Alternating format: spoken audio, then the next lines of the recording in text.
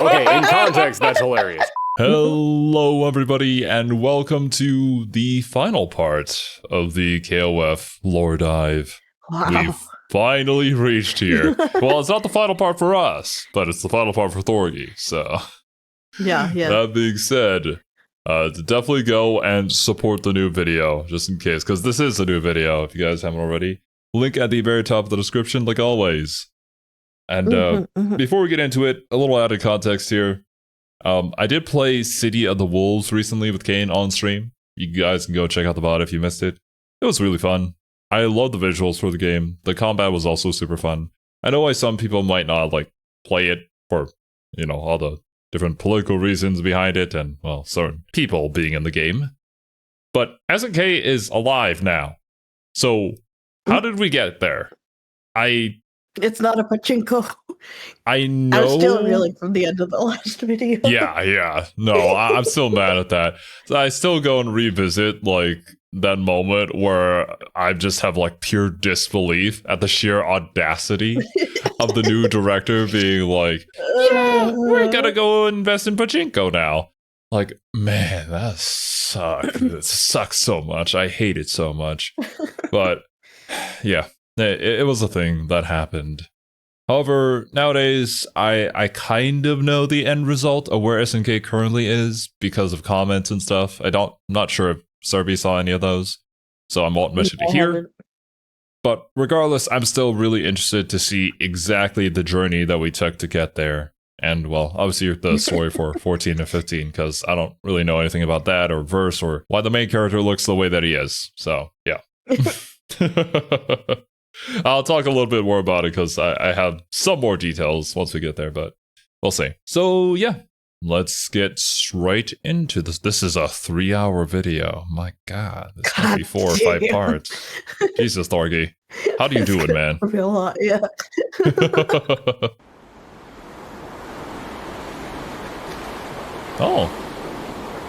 Oh, National Geographic. Hi there.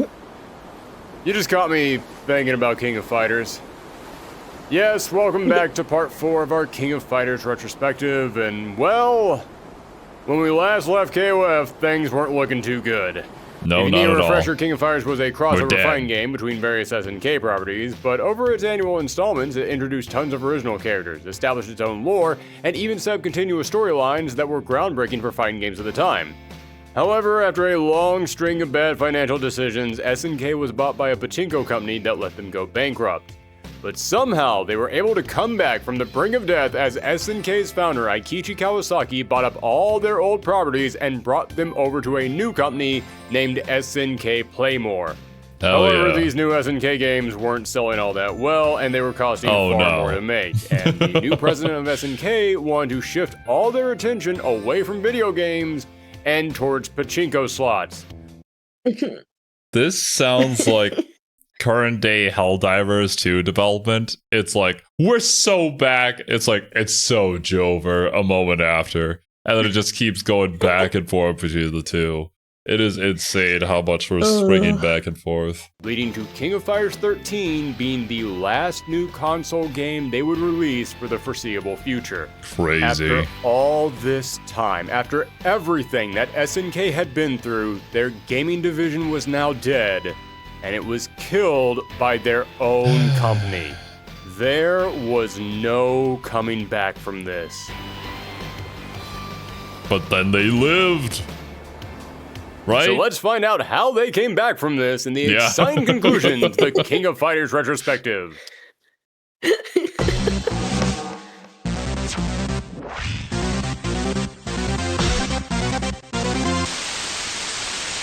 all began in 94, and found rolling in 95.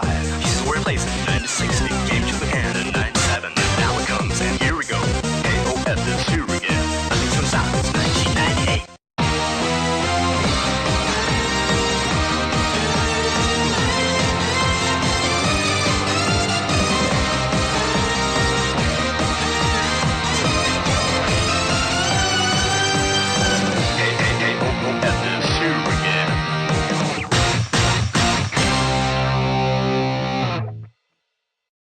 Okay, so where were we? SNK's gaming division, dead. SNK's president, dancing on its grave. Hopes for the future, None. Not the Terminator 2 clip. non-existent. Yes, around the beginning of the Ash Crimson saga, SNK's president Koichi Toyama said that SNK would be, quote, moving its core business focus from games to pachinko slot machines. We will concentrate our resources on the rapidly growing and highly profitable business of slots. And as time went on and their gaming division was costing them more money for less returns, they began to put more resources towards their patchy slots. Then, right before King of Fighters 12 was released, Koichi Toyama stepped down and was replaced by Soichiro Hosoya, who said that he was dedicated to, quote, ramping up all current projects for the new growing stage. Hey, that sounds like good news! He left the Pachinko. company within less than a year. He was then replaced by Ryo Mizufune, who... honestly, I know nothing about. Listen, I've spent the last 6 months diving as deep as I possibly can into the history of King of Fighters and everyone behind the scenes, all the developers and the artists, and everyone from top to bottom over at SNK, and this guy has remained the biggest mystery to me. I can't even Really? find a photo of him. If you look him up on Moby Games, the IMDb of video games, he only has one credit, and it's King of Fighters 13. The only thing I know about Ryo Mizufune is that he didn't come from the gaming wing of SNK. No, before being promoted. That's so weird because I think you'd want to make your profile apparent to anybody because, you know, this is a part of your work. This is like your career. I don't know. Maybe we just haven't found it, or they have something different over in Japan. Or he went and vanished off the face of the earth. That didn't want to be connected to this. Potentially, I don't know.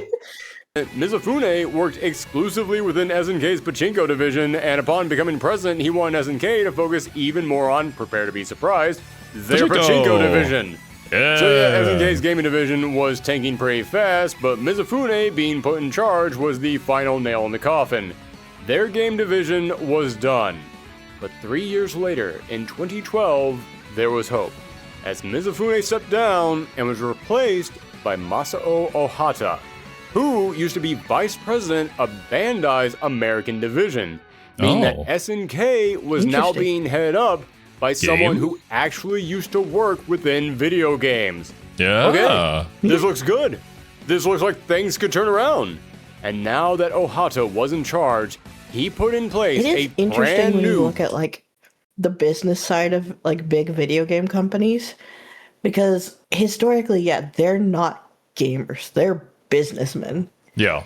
And that can go wrong in so many ways, where it's like, it really makes you appreciate like people like Reggie so much more when he was like head of Nintendo of America. Because even though he wasn't a gamer, he never like tried to hide that, but he did try to be a part of the audience and see what they wanted. And that is so uncommon. It's insane. It really is. And I think that's probably the reason why Gabe gets it. Like, he understands. Because he actually plays Fucking games. Gabe. Yeah. I feel like that's all he does anymore. He's so rich he can just sit back and just play games. I mean, he can. I think he's got a scuba diving hobby, so he goes out to do that quite often. But That yeah, makes sense. That's like, an expensive hobby. My dad does that one. even till nowadays, he still replies to personal emails people send him. Kind of see the difference between like the business side of things versus the gamers side of things. And I guess the perfect person to be in that position would be somebody who understands both worlds, but I can kind of understand why most people in that position wouldn't be on this side, because you got to do a lot of work, and with work means that you don't have time, and you're probably not going to be on this side of things. So, And unfortunately, I think that you have a bad dichotomy of making money versus making a fun, enjoyable product do not always get along. oh yeah, 100%. And to be a successful business, you need to make money. So it's like I feel for the struggle of it, because and this is like, we talked about free-to-play games a bunch here too, but it's like ultimately you want the company making the games to make money, because that's how you get more of the game that you like. Yeah. But that can't be the sole purpose when making a game, is to make money, because then you end up with a soulless cash grab that appeals to no one. It's right? gonna die. Yeah, it's gonna lose the company money too. It's an interesting, I would say, symbiotic relationship, but I feel like more often than not, it ends up cannibalizing itself in one direction or the other. In order to make a lot of money, you gotta make a fun game. But to find the sweet spot for that, I can see that being kind of difficult, especially if you're not like a privately owned company. That becomes way tougher. And the fact that we can even get games nowadays that are still pretty good is somewhat of a miracle. That's kind of why a lot of indie games are just pure passion projects. Yeah. They don't always make a lot of money, and oftentimes that's going to be the only thing that studio does, because they can't stay afloat after that, which is very sad. Definitely support your indie creators. If they make something you like, share it, support it. Bold plan for the future of SNK. A bold plan called immediately quitting and leaving the company.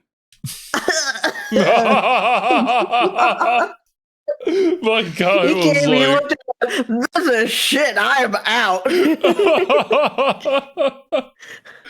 I can't even blame him.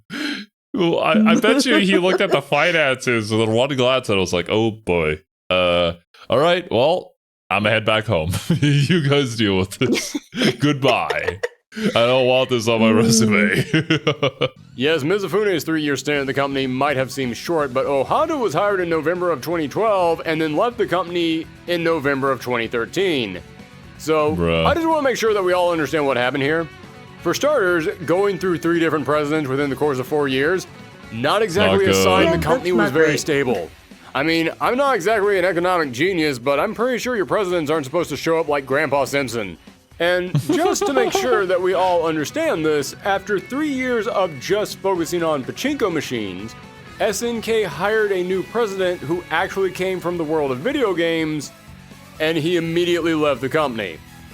I have no way of knowing if this is true, but that just screams to me that Ohata showed up, went to the higher-ups and investors and said, okay guys, I think it's time that we start focusing on video games again. No. Yeah, so, okay. That sounds about right. We're now on year 4 of the SNK Pachinko crisis, and Ohata, the one guy with the video game background, was kicked out. But luckily, SNK would take a bold direction with their next president, as they replaced Ohata with the bright upcoming star, Koichi Toyama. Oh my God. How did it loop back? How?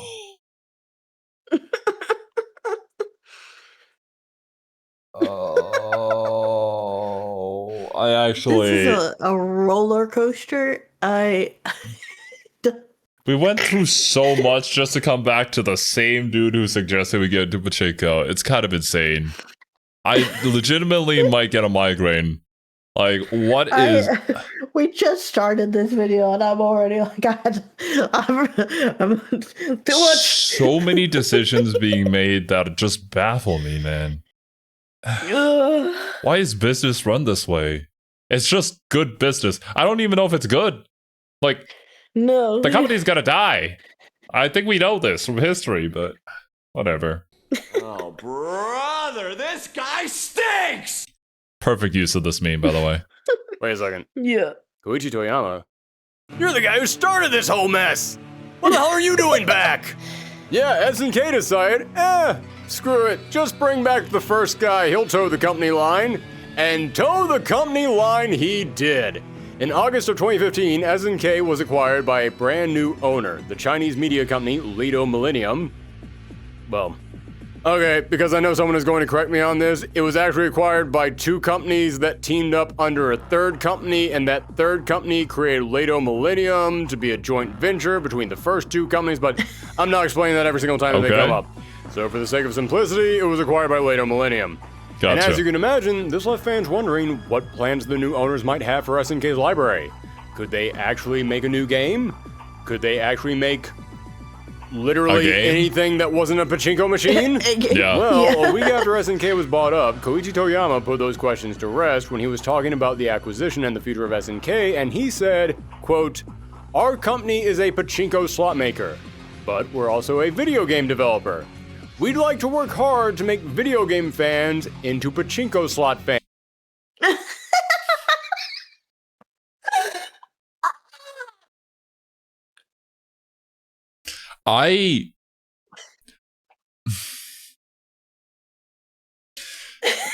Wow. You know, there has never been a moment in my life where I've wanted to just burst into flames, become Ghost Rider, and then just strangle this man. What? I do not wish violence upon anyone, but man, this man is testing my patience. He is bringing me to the threshold, to as far as I've been pushed. He is quite literally everything evil within the current gaming industry personified. Literally. I literally at a loss for words. It is insane that these people exist, but I guess that's just good business. Because, like, what does he care? Well, right? Like, just they play video games, they play pachinko, we make more money from pachinko, so yeah, just make them pachinko fans. So I can make more money. Easy. I get the thought process, but man, do I hate everything about it. It's literally... Because it's such a rampant... We've talked about it with gacha, but even just like Twitch streaming and gambling and all this shit, it is such a fucking problem. And hearing it just said straight out like that... It hurts me to my very core that this is a thought process that we can have when it comes to gaming. It's just a business opportunity for people to turn people into their basically slaves and give them money, you know? So dystopian. Wow! Hope y'all didn't go deaf from him saying the quiet part as loud as he possibly could. Right? Yeah, listen, anytime that company turns to the greedy world of pachinko, it's not typically because they just have a passion for the sport of dropping tiny balls into a slot machine. No, it's typically because they want something that can bring in easy money for little to no effort. Video games take time and energy to make. Pachinko machines let you just sit back and watch the addiction money flow in. Of course, a greedy company would want you to stop playing their video games and instead just focus on their pachinko machines. Yes. But you don't say that. You'd be crazy to actually say that. And here Koichi Toyama was actually saying that. What a guy. SNK did not care anymore. Dude. They knew what they were. They were a gambling company now. They wanted you to stop playing their games and just put money into their pachinko machines, and nothing was going to change. But then how does this exist?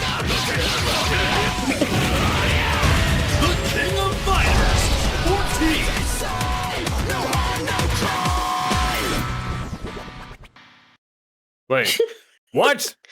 Yes, in September of 2015, 1 month after being purchased by Lato Millennium and Toyama made these comments about trying to move their video game fans to their pachinko machines, SNK announced during a Sony press conference that King of Fighters 14 was a thing. King of Fighter fans probably And must there have collectively had a stroke here. I'm sure that everybody at that point thought that the series was just dead. Like, Yeah, we're never 100%. getting anything It's been, out of it 40 anymore. years, the president is like, yeah, no, become gambling addicts, please. There's no video games anymore. And then 14 drops. It's like, what? Nani? Huh? Well, for you guys who were there, let us know. I'm very curious on like how that announcement was, or what that transition period from it's so over to we're so back was. I'm still holding with bated breath as like, is it good? I don't know. I know nothing about this game. What I know from 14 is just that a lot of people usually have issues with the visuals, but outside of that, I don't think there are really any complaints. But we'll see. Iori in new designs on a brand new stage with a super catchy new song, and it looked ugly as sin, but who cares? It's King of Fighters and it's back and it was going to come out next year? Could this be real? Could it be possible that SNK was back? No, there's no way. This was just some one-off thing. You heard Koichi Toyama. SNK was now a pachinko company. And that's just the way things were. SNK Playmore ditches pachinko machines to focus entirely on video games. What happened? How did we do a complete 180? Roller coaster. I am getting nauseous. What the fuck? I don't. I feel like I've never had a stroke before in my life, but I feel like this is how you would feel like if you're going through a stroke. Like what I mean, yes, thank you, but what? This has been the most ups and downs I've ever had watching a YouTube video in my entire life. I'll be real with you. I'm not even joking about this. I've never been this invested in a story and this emotionally triggered by anything that happens by it, but just like the amount of whiplash I've experienced right now is insane. I'm gonna take a sip of water. What? Okay. What the hell happened? I'm sorry, I'm going to need a minute. I'm not used to reporting good news for SNK. Yes, in August of 2015, SNK's president said they wanted to turn their video game fans into pachinko fans. Yeah. Then 1 month later, they revealed a new installment of their biggest video game series was on the way. Then 2 months after that, they shut down their pachinko division completely so that way they could put all their focus towards video games. Damn, life really does go you fast. Oh, Like, Well, that's the end. time traveler from the future came back, was like, kill the pachinkos. I don't know. What's the story of Scrooge and like the ghosts of Christmas past, present, and future came to haunt him? Maybe. Yes. I don't know. A lot of things could have happened here. We need some details. Now, I've heard man. many people say that the reason they shut down their pachinko division might have been due to later millennium, that they just didn't want them to focus on pachinko anymore. And that might have played into it a little, but upon looking into it, it appears that SNK's pachinko division was already on its way out. Yeah, Really? It looks like SNK's deal with the digital devil didn't actually pan out for them. And there's two who big could've reasons for foreseen this. this? It just First up- didn't make as much money as they thought. I don't know. That would be the business-minded reason behind it, and I would assume likely so. Yeah. A lot more plausible than the spirits of the ghosts of future, past, and present. Yeah, I still like to believe that, though. I do want. Yeah, that is my personal. He needs headcanon divine now. retribution in some aspect of what he's done. Yes, pachinko machines do have a strong addictive player base in Japan, but that audience tends to be older. Consumers in their 20s weren't buying this. The younger demographic wasn't showing up for pachinko like SNK wanted. And heck, they weren't the only ones. In the very same month, Sega also laid off a huge chunk of their pachinko division because their machines were tanking. Sega had put a lot of money into producing a Bayonetta pachinko machine to try and bring in that younger audience, and that younger audience said, "What the hell is this? Where's Bayonetta 3? People in their 20s wanted video games, not gambling. So this younger demographic was hitting the Thank pachinko goodness. industry I don't know how far hard. we've fallen, though. And you know who else was hitting the Yeah. pachinko industry hard? The law. In the press release where SNK announced they were quitting pachinko, they said it was due to a declined player base and changes to Japan's pachinko regulations. Now, the declined player base is obvious, but what's this about regulations? Yeah. Why were these new regulations Interesting. causing SNK to drop out pachinko production? Well, despite this being such a major shift for SNK, they were fairly tight-lipped beyond this point. All they said was, things are changing, so we're quitting, and that's it, no further details. So if you want to understand what these changing regulations were and how they could have impacted SNK and led to the end of their pachinko machines, then you'd have to dig through countless legal journals and do a tedious deep dive through the history of Japan's gambling policies, which is exactly what I did. Of Okay, course. before we go I any feel like further, that's just want to fair. warn everyone, Japanese gambling laws aren't really my forte, and my legal expertise resides somewhere between Unfrozen Caveman Lawyer and Lionel Hutz. So take everything that I'm about to say with a huge grain of salt, That's but I valid. think I was able to dig through this enough to grasp what these new regulations were and why it impacted SNK, and I have to say, it's actually pretty fascinating. Now, the first thing that you need to realize about pachinko is that in Japan, gambling is illegal. And you might be thinking, wait, hold up. But pachinko is huge in Japan. Gambling, yeah. Isn't pachinko gambling? And the Technically, answer to no. that is yes. Question mark. And Yeah. also, no. It's a loophole. Pachinko has always managed to just barely limbo under the law and reside in a gray area in Japan thanks to a few loopholes. For starters, in Japan, they classify gambling as something that requires no skill and it's all left up to luck. You pull a slot machine, you have no control over what comes up. You play blackjack, you have no control over what cards you get dealt. You play roulette, you have no control over how the wheel spins. But in pachinko, you have a bucket of tiny metal balls and you pour them into a machine. Wait, do you have like a guaranteed pull? And that's how it gets around the gambling? To see where they Interesting. land, but because you get to control the speed at which the balls are shoved into the machine and how many fall at once, Oh my god, no, it's even dumber than that. It's because, technically speaking, there is some skill involved.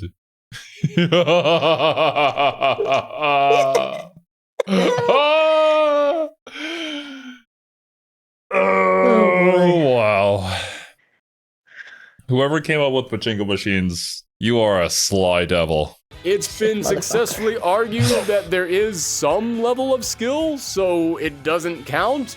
Also, many patchy slot machines will have some kind of a mini game that can be triggered requiring you to hit a button causing numbers to flash up on the screen that determine whether or not you win. Skill. And even though those numbers are typically randomly generated, you are pressing a button, so it does create the illusion of skill.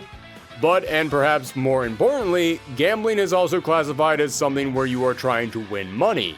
You go to a casino, you trade in your money for chips, you win a few more chips, you trade in those extra chips for more money. But in pachinko, yes, you do trade in your real money for some kind of a fake money, but after you win more fake money, you then take that fake money to the counter, and you don't trade it back in for Danganronpa? real money. You trade it in for prizes. Aw man, I won big at the pachinko machine, and all they gave me was this stupid toy dinosaur. I didn't want a toy dinosaur. Those coins that I got should have been worth 50,000 yen. What am I supposed to do with a dumb toy dinosaur? Whoa, hold up. Right outside this pachinko parlor, in the very same building as the pachinko parlor, there's a pawn shop. And that pawn shop is willing to give me 50,000 yen for this toy dinosaur. What are the odds? So you then trade. We've literally obfuscated the currency like every modern day gacha game, but in real life. So, Oh boy. so you, I turn, knew yeah. gacha was really deeply tied to traditional gambling, but seeing a real world parallel like that is actually wild. It is Oh. insane to me that this is just a thing that happens and that we've been Well, doing it for so long. Full disclosure, I've never been to a casino. The only gambling I've ever done is gacha. So like Yeah. Maybe it's normal for people who go to Vegas often or whatever. I don't gamble. This is a whole new world to me. And the more I Yeah. learn about it, the less I want to know more about it. Genuinely. Oh boy. Trade in your prize for the amount of money that you expected to get. Then you come back next week, win another 50,000 yen worth of fake coins, take those up to the counter, and they give you another toy dinosaur that looks very similar to the same toy dinosaur you traded to the pawn shop last week. Weird. What are the odds? So, now that we understand the weird gray area that is the Japanese pachinko industry, what exactly were these regulations that changed everything around? Well, as I said, the player base for pachinko machines are typically older citizens, and that player base was shrinking. So, the patchy industry needed to do something to bring in a larger audience, so they figured that with the 2020 Olympics coming to Japan, it would be the perfect time to spread the craze to the rest of the world. So, the patchy industry started campaigning for the government to legalize casinos. Well, after years of campaigning for it, the Japanese government decided to finally give the pachinko industry the attention it had been craving.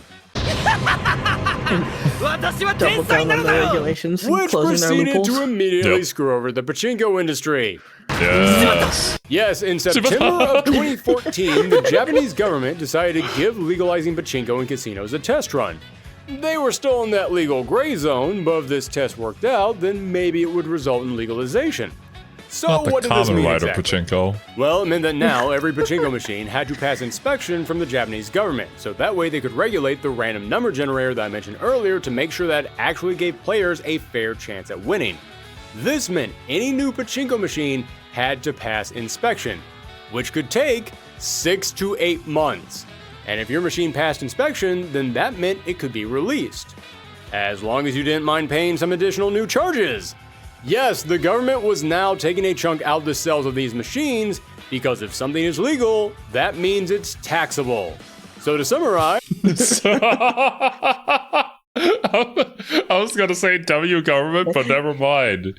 It's a W for everybody else, but government just doing the same thing government always do. Can we tax They it? just bit the hand that feeds them, is what they did. So they're like, hey, we want a cut of that money, and now it's just not really worth it. the pachinko industry wanted to legalize casinos. And the Japanese government said, cool, then you can't just scam people out of all their money. You have to make sure that they actually have a shot at winning. It will take half a year or longer for you to release your machine, and when it does release, you'll make less money off of it. And SNK looked at that and said, What out of that? Hey, whatever happened to those video games that we used to make? Yeah, as I said, those new regulations went into place in September of 2014, which is the exact time when production of King of Fighters 14 started. Wow, that's some Weird. convenient timing.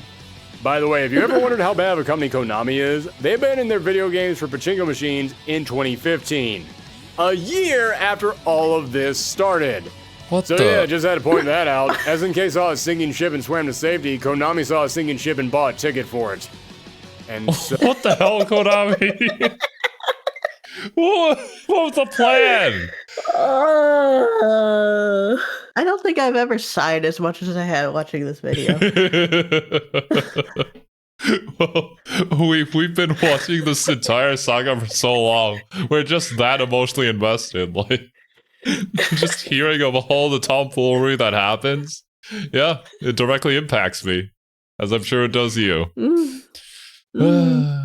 So here we were. SNK was now under a brand new owner, but they had finally scrapped their pachinko division and had come crawling back to their video games. And the cherry on top, just to really wash the past couple of years out of everyone's mind, in 2016, SNK Playmore would drop the Playmore from its name And become and return to SNK. its original title of just SNK. And then, later that year, after 6 years of silence, a sound rang out that the world had not heard in a long time. King of Fighters with the move impact. Nope. Oh. Oh my.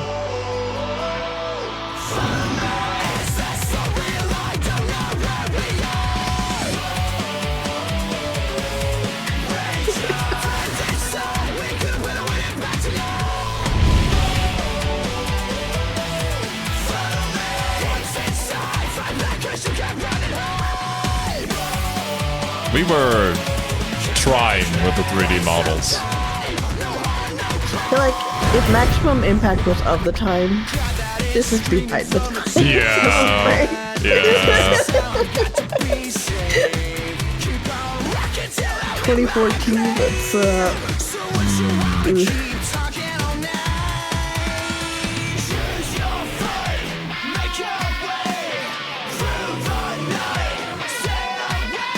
Oh my god, Sylvie Palo Palo.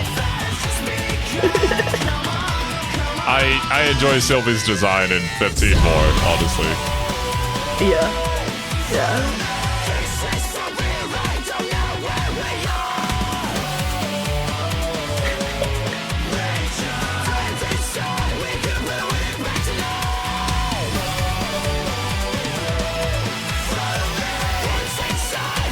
We're really going full anime OP on this one. Yeah.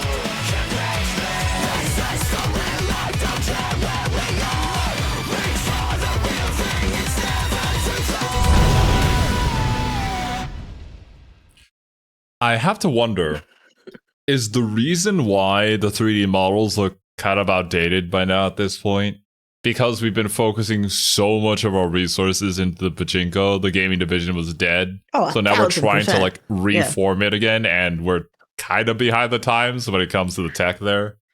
Yeah, that would make a lot of sense. 1000%, yeah. I think inevitably SNK will catch up, especially with how they're doing nowadays, and I hope they continue to exist so that they can catch up because they do make really damn good fighting games. Yeah. But it is just unfortunately unfortunate. Too, 2D to 3D is a big transition because it is an entirely different skill set. Yeah. So if you had a team of 2D artists, they are not just going to be able to sit down and make a 3D model. That just is not a feasible jump. So and likely the gameplay changes too and stuff. But yeah, to be fair, probably the only artists left on their team at SNK at that point were the people making the models for the pachinko cutscenes. And those all look like shit. That's a good point, actually. Yeah, the pachinko ones were 3D, so that might have been the same team just diverted over to here, and yeah, okay. Things are starting to line up if now. They even have a history making games if they just make pachinko cutscenes. Who knows? Yeah, we'll see. Who knows? King of Fighters 14 released in August 2016. And as I said, this was SNK's big triumphant return. Pachinkos were gone, and this was going to resurrect their gaming division. So of course they put all of their time and energy and budget into bringing this to life. I'm just kidding, it was maybe one of their most crunched games ever. Damn. Yes, after researching the production That's of every something. single game in this franchise, I feel I just realized, that's saying something. When you're talking about SNK, one of their most crunched games ever, these dudes who work day and night to crunch out a new game every year. Ooh, yeah. I guess they really had to quickly get off that sinking ship as fast as possible, and this was the only way to do it. Yeah. Yeah. pretty confident in saying only King of Fighters 94 and King of Fighters 2001 had more crunch developments. This game was headed up by Yasuyuki Oda, who previously had a long-running history at SNK, having been one of the youngest employees at the company when the original King of Fighters was being made, and going on to be the designer for Gauro Market the Wolves. But after SNK decided it was done with its video games, he then went over to Capcom, where he was a game designer and director for Street Fighter IV, the game that not only resurrected Street Fighter, but the 2D fighting game scene in general.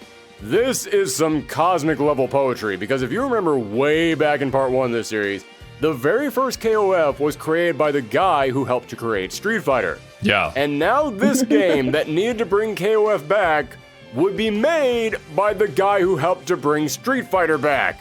History was repeating itself, and in more ways than one. So okay. Oh no. No, please, no, Thorgi. Why do we have to have that ominous line there, too? But, yeah. I can't take any more Thorgi, please. I can't take any more heartbreak. Please, that's okay. Just make good game. Don't make stupid decision. It is insane, though, how closely tied together Street Fighter and SNK are, or I guess King of Fighters are, in terms of, you know, how they've supported each other in a somewhat indirect way to make sure that both of them exist. Yeah, it's pretty neat. And I'm glad that SNK and Capcom do like so many collabs, because it makes sense, you know? Why fight against each other if we can just share audiences? Yeah, especially since fighting games are one of those that are actually a much harder sell than other video games. So working together, since you know you have a big overlap in your fan base, that makes sense. Yasuyuki Oda was a great pick for this game. Things were off to a good start. And that's where the good ended, because everything after this was a spiral of complications. SNK was bringing King of Fighters back, but they didn't want to spend a lot of time or money on it. Two things that video games tend to need. The team had just under 2 years to get this made, a pretty tight deadline for any modern day fighting game. Well, luckily, this game had a rich full staff dedicated to the project, right? Wrong. No. There were only 4 designers on this game.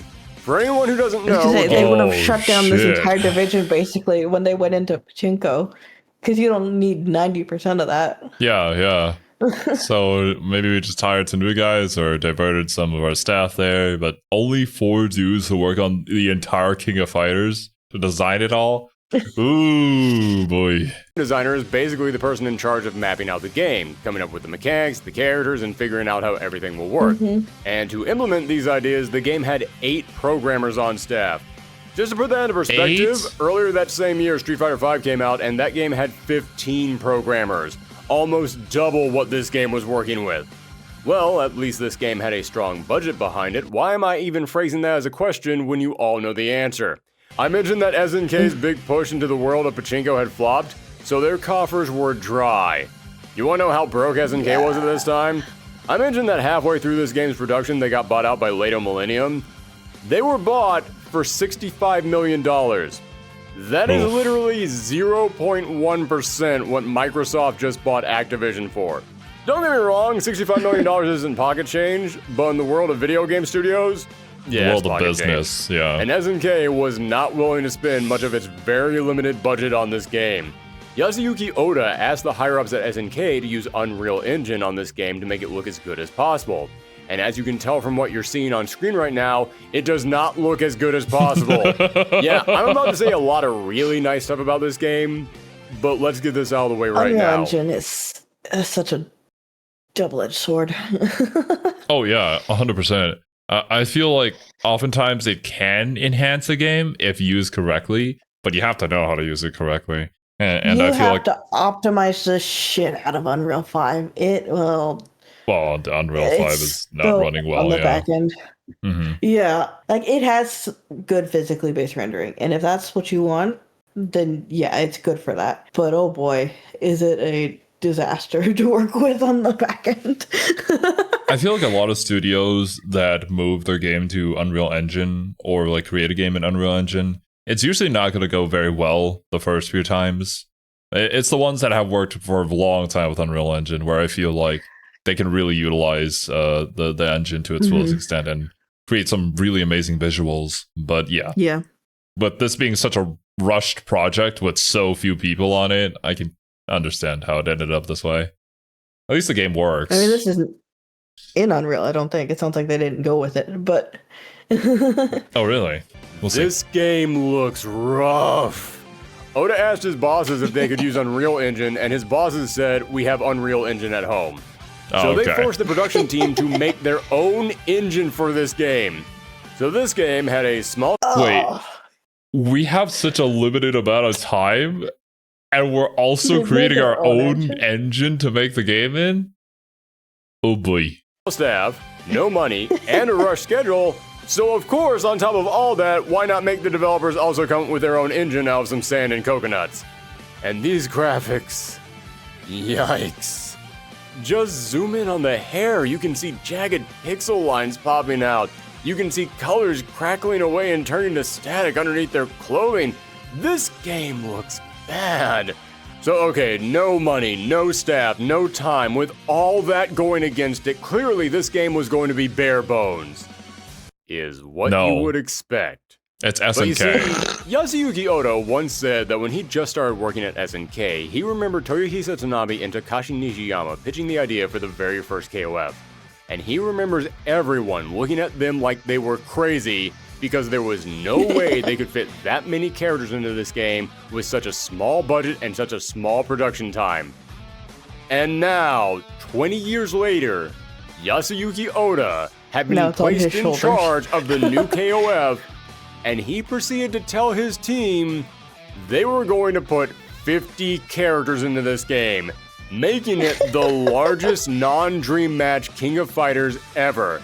And his team looked at him like he was crazy because there was no way they could fit that many characters into this game with such a small budget and such a small production time. But Yasuyuki Oda knew that big rosters were one of the best things about KOF. So if they wanted to say KOF was back, and that is a then heck they of a selling point for a fighting game, is a big roster. Yeah, exactly. And obviously every single character has to be varied and have a reason to be there, which was definitely the pull for King of Fighters and one of their advantages over other fighting games. Like, this guy was there since the very beginnings. He was there when the scriptures were written. the youngest on the team to witness it all go down. So it would make sense that he would sort of understand that aspect of King of Fighters. They had to go big or go home.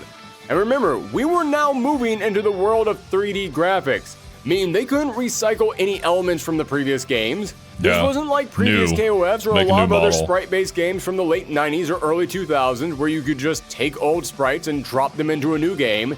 Every single one of the 50 characters had to be created from scratch.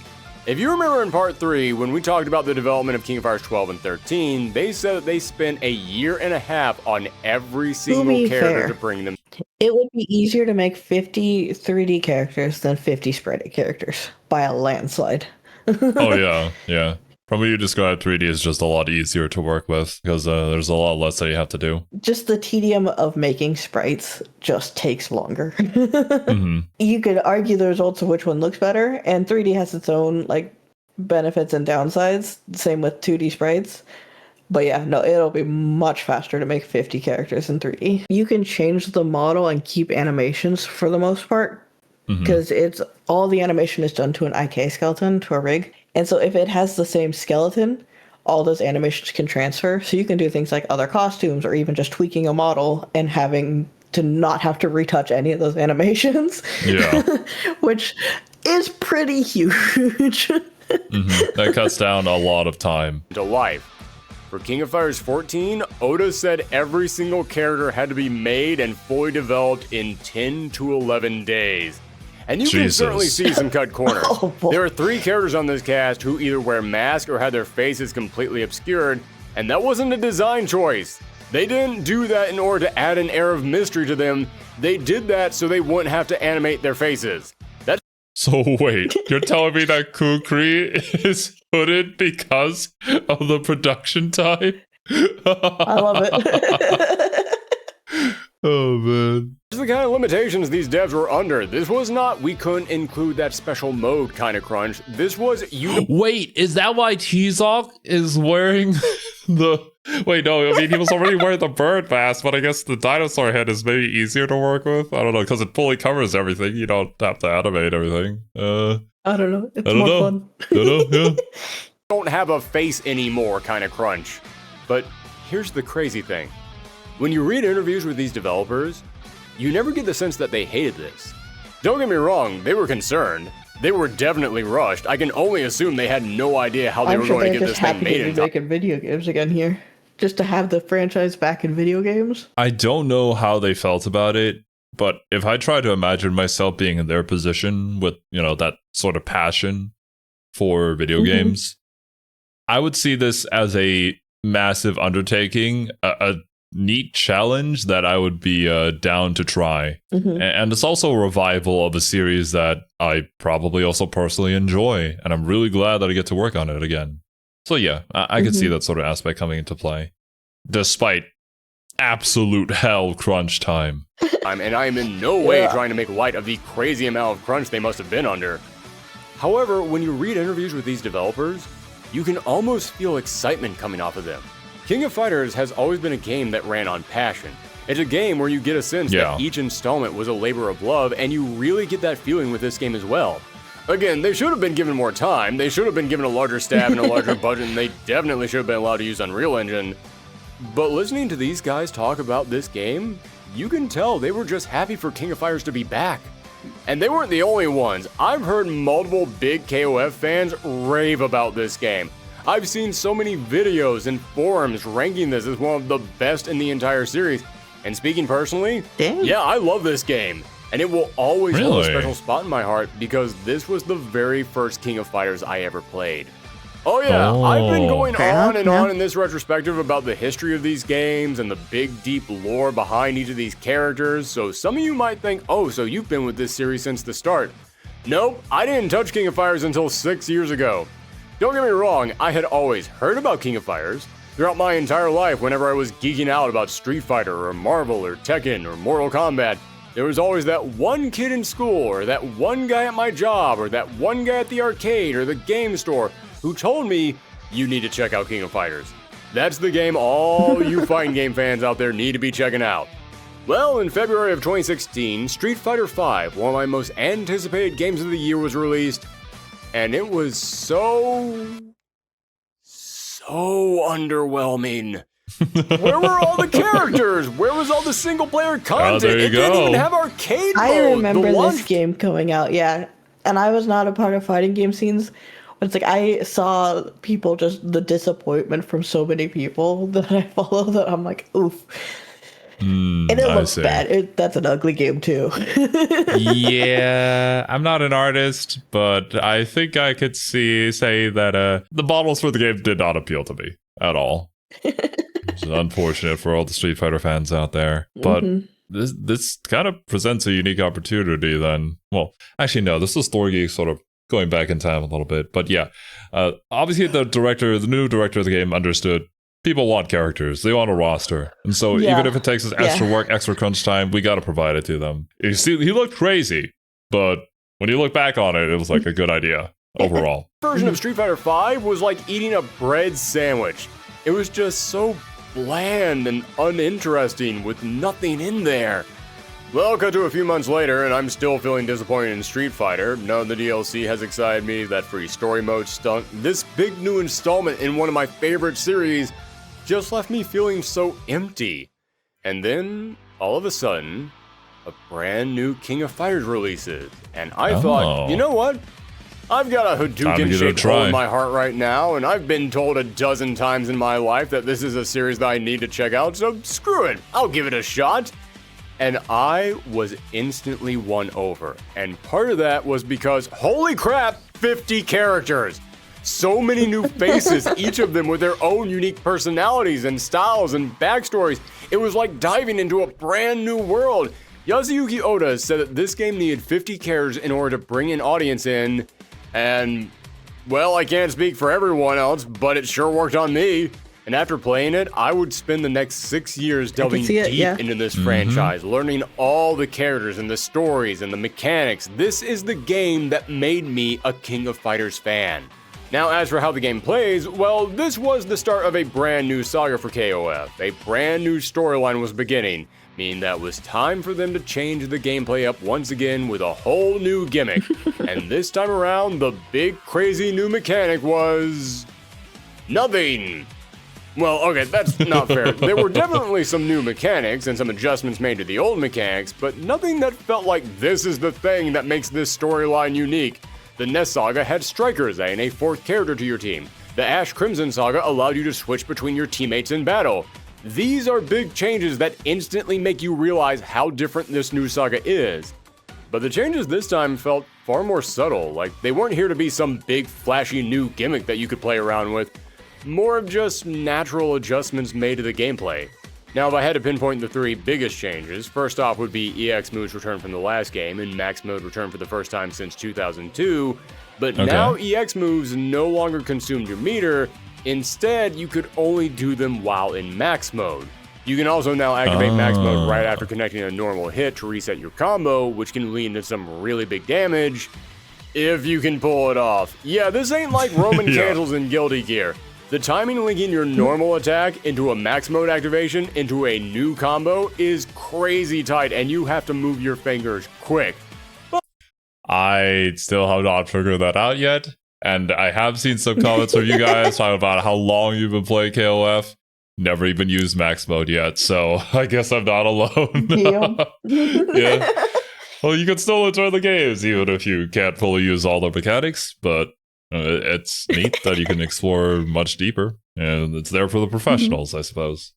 But it is still a cool new feature. Next up, every character still had supers that used up 1 bar of meter, but if you hit 2 buttons when you did the super instead of 1, then you would do a more powerful level 2 version of that super. And in addition to that, every single character had a big cinematic level 3 super. So just to remind everyone, there were 50 characters in this game, and they all had multiple level 1 supers, level 2 versions of those supers, and big cinematic level 3 supers, all of which were made from the ground up, and they did all of this in 2 years with no staff and no budget. And a new engine. Just making sure we all realize that. But Insane. here's where it gets really nuts. Remember in KOF 13 how you could cancel your supers into your Neomax supers? These stages Well, now actually you don't could look cancel terrible. any super into a higher super. They're So not you as could lively cancel- as some of the 2D ones, but like for just the designs of them, they're not bad. Yeah, they're okay for 3D stages. It's hard to match it to like the 2D stages from KOF 13 because those ones had so much motion and so many like neat little details in the background that they added. It was a lot. But for a first venture into 3D and comparatively to some other 3D fighters out there, yeah. Well, That's what my 2.5D, but my brain was sitting. I'm like, for being their first 3D game, and I'm like, I have seen others with just such even emptier stages, like less interesting. Should I say not empty? These are empty, but a level 1 into a level 2, a level 2 into a level 3, or a level 1 into a level 3. And unlike the Neomax, there was no second gauge that you had to fill up in order to pull this off. No, if you had the meter for it, then you could just do it. You could just dump it, and you might be thinking, wow, canceling multiple supers into each other that cost multiple bars in order to pull off? That must eat up your meter. Yeah, it does! But guess what? Like in most King of Fighters, whenever a character on your team is KO'd, the max number of meters that you can build up increases, going from 3 to 4 to 5. But for the first time since King of Fighters 98, if your character is KO'd, they don't just give you an empty bar meter, they fill it up for you. Yes, every single time that character on your team is KO'd, you get a free bar for super. And it is insane to me that it took this series almost 20 years to go back to this mechanic. Not only does it give you more resources to help you make a comeback after your character is knocked out, but also it puts so much more importance on the order that you arrange your team in.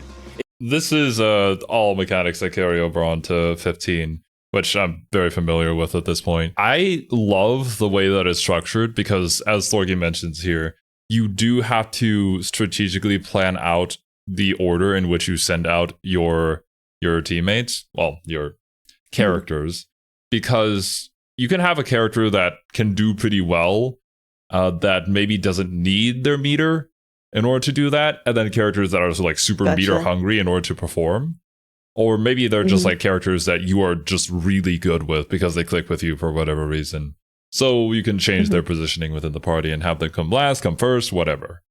I don't know. Gotcha. I just love that added extra strategic thinking that you wouldn't normally have if it's like a one-on-one fighter.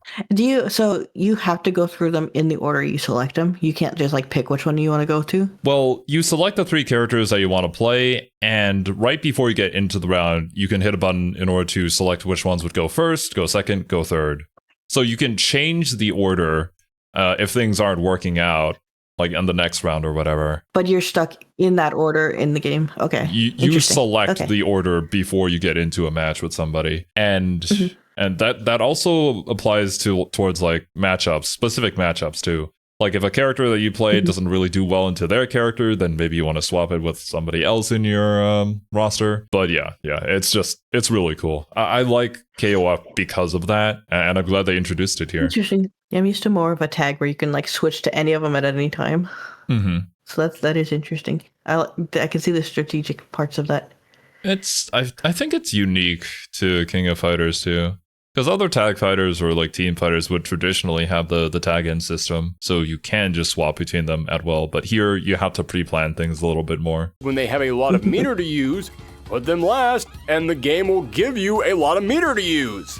And the third big adjustment to this new KOF was probably the most controversial: auto combos. Yes, now if you just mash on the light punch button, you instantly do a combo that ends with you doing a super move. And I know that some people hate this because the topic of auto combos is kind of a hot button issue in the fighting game community. Personally, I don't have a problem with it. I know people say that you shouldn't put auto combos in a game because they're not that good and you don't do a lot of damage, and you're right. No, the thing with auto combos, and I think a lot of people misunderstood why I wanted like a button to turn off the auto combo. So I appreciate that it's there for anybody who's getting into the fighting game, just trying to learn how the game is played. Having to teach somebody to do all these like insane combos and like do quarter circle motions and whatnot, that's probably going to send people away from your game. Like they're just going to put it down. But if you have something that makes it much more accessible, then that's a good thing. so they can see how fun the game is and they get to do really cool things without having to put too much effort into it, but, have the opportunity to learn more about it if they want to. Is it like Guilty Gear's technical versus stylish or whatever? BlazBlue, you mean? I don't think Guilty Gear has that system. Guilty Gear. It did, at least Elixir did when I played it. Oh, really? Okay. Then yeah, probably.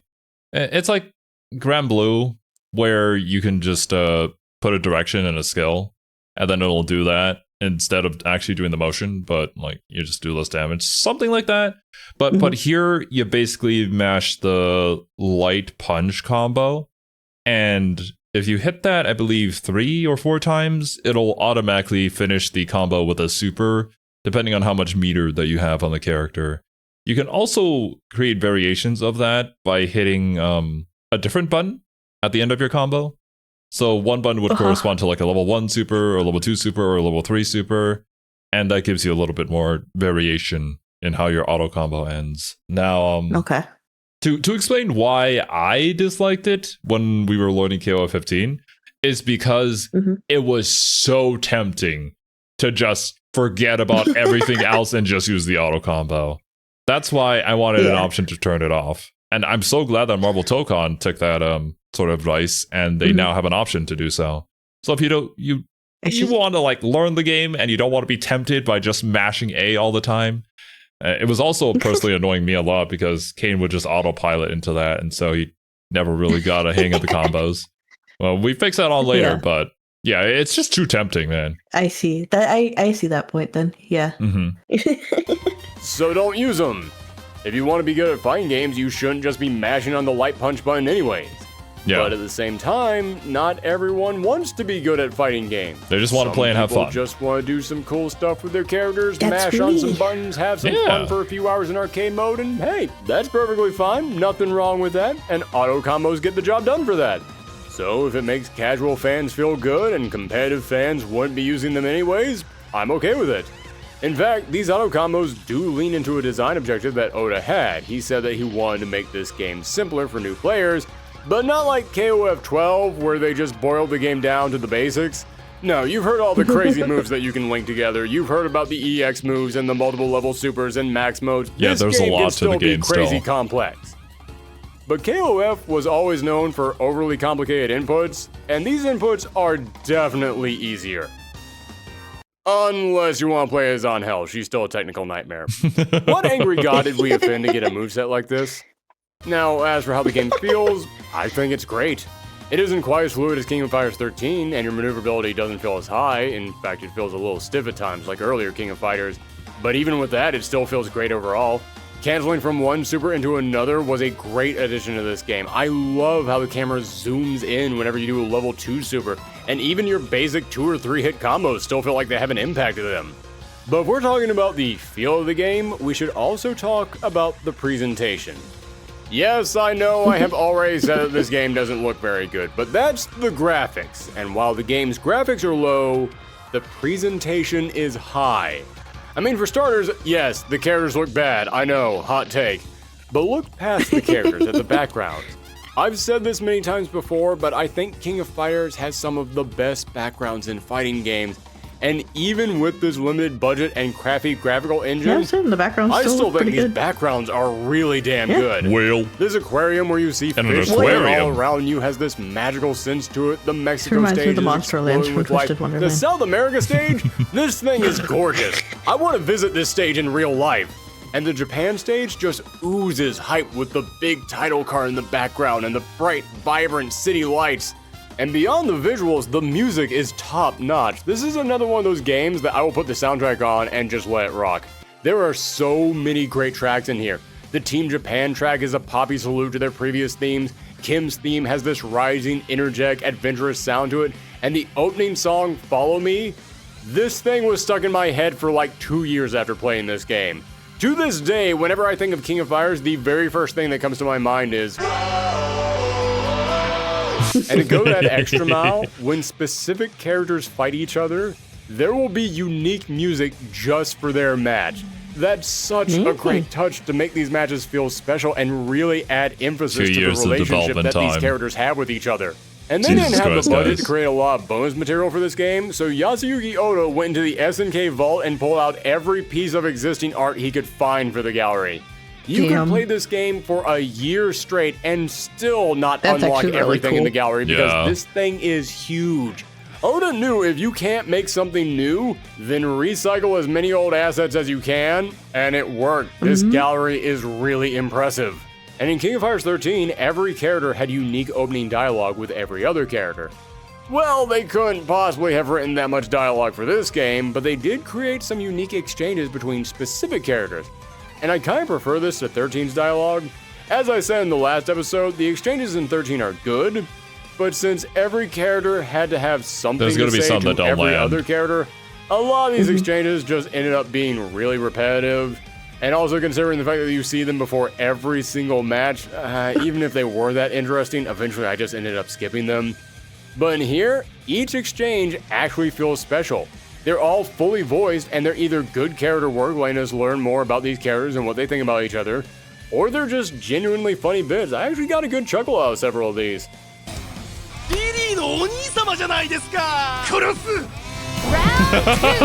Okay, in context, that's hilarious. Trust me. And speaking of these fighters, it's about time that we actually talk about them. This game- You know, I love Billy just being the older brother, the classic older brother. Just like, trying to date my younger sister, I'll kill you! Had 50 characters in it, 16 full teams, and 2 unlockable bosses, so we got a lot to cover here. First up, the basics. Team Japan Sounded returned with Kyo, weird. Benimaru, and Daimon. Team Fatal Fury is once again Terry, Andy, and Joe. Team R Fighting is Ryo, Yuri, and Robert, with Robert now undergoing a major makeover and looking like Yeah. Orlando Bloom. I guess Yeah. he got tired of everyone comparing his hair to Dan Hibiki's. Team Psycho Soldiers is the classic Athena, Chin, and Sai Kinzu, now once again wearing his Jackie Chan inspiration on his sleeve. The Ikari Warriors is unchanged with the standard Ralph, Clark, and Leona. Team K-Dash is K-Dash, Kula, and Maxima, who is now leaning way harder into his cyborg side. Wow, it's almost like something I over like the it. past few years suddenly made Metal Men with glowing armor really popular. I wonder what it could have been. It's a mystery. Team Yagami is also the same from the last game, with Iori, Mature, and Vice. At the end of King of Fighters 13, Iori chose to take back his family's sacred treasure, giving him his flame powers again, but also linking him with Orochi once more. So once again, the spirits of Mature and Vice come back from the grave to tell him that they can sense other spirits are starting to rise up, and it's all revolving around Just this new won't KOF. leave him alone. We'll get back to that later.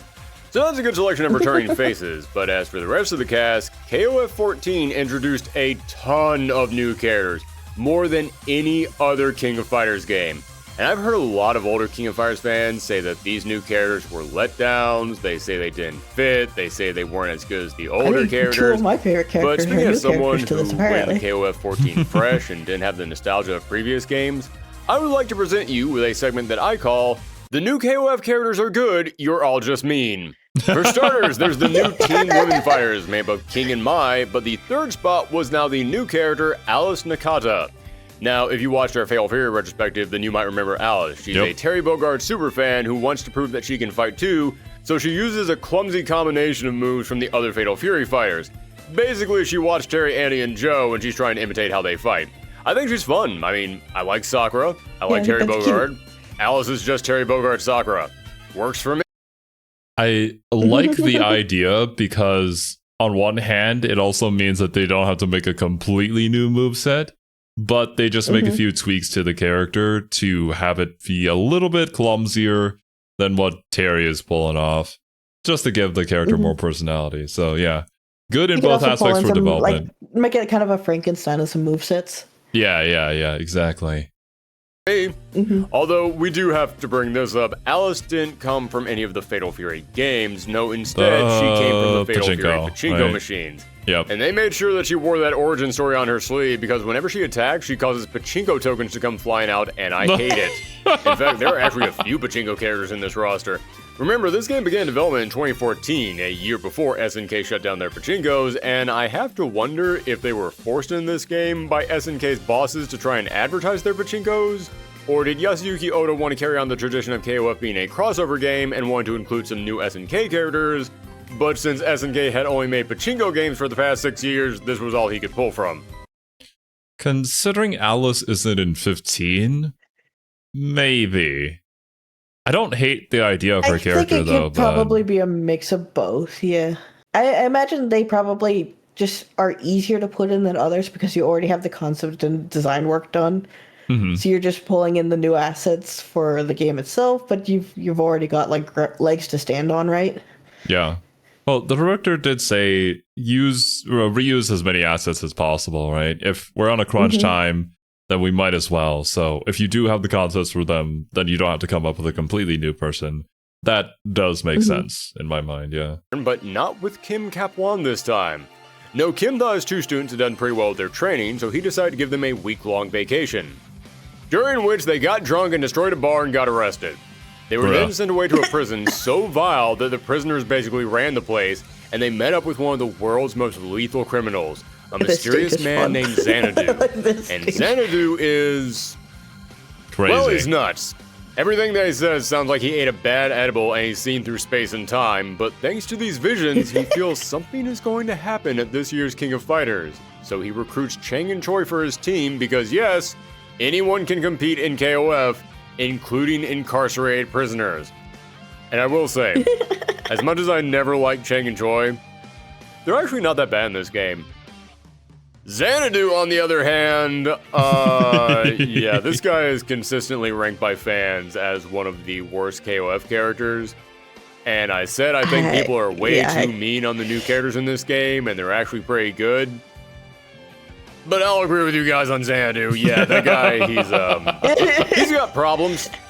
Now, when he's like the weird character of the game, but I think we went a little too weird. I do recall that there was somebody in my comments who said they actually really love Xanadu for how weird he is. And hey, if that's your thing, go for Fair it. enough. Yeah. That's why we have this massive roster of characters, so that there's somebody for everyone. Kim learns that his two students ran out with some criminal and they're joining King of Fighters. He puts together Team Kim to go and stop them. And joining him was his master Gong Il. Yes, after all this time, we finally got to meet Kim's master, and I bet you're expecting him to be some stoic, ancient, wise teacher. Yeah. Nope, Gong Il is a short, stocky Korean Danny DeVito who loves to travel the world indulging in life's pleasures. In the King of Fighters 14 manga, there are multiple moments where he just starts reminiscing about the wild parties he's been to and all the ladies he's hooked up with. Kim still believes he's a righteous pillar of justice, though, but every time that Kim goes on about justice, Gong Il just sighs and goes, "Oh, God, kid, listen, justice is important and all, but you're taking this way too seriously, kid." And to really drive this divide home, the third member of Team Kim is Gong Il's new girlfriend, Luong. She's a tall, super flirty beauty who is constantly making Kim feel uncomfortable with how forward she is, and I love this. After 20 years of Kim punishing Chang and Choi, it feels so fun to see Kim being the one who's getting tormented by his teammates. It's a very nice change in roles. As for how Luong plays, she uses a lot of deadly strikes that go for the kill, and she has super long legs that strike quickly and almost seem to stretch out. She looks cool. So she fights almost like an assassin, and her limbs can extend. Yeah, it's never been confirmed, but it is heavily rumored in the fan base that she's actually somehow related to Duo Lon and the Hizoku. Next up, one of the wildest new teams. I've talked before about how King of Fighters was a massive success in Mexico and Latin America.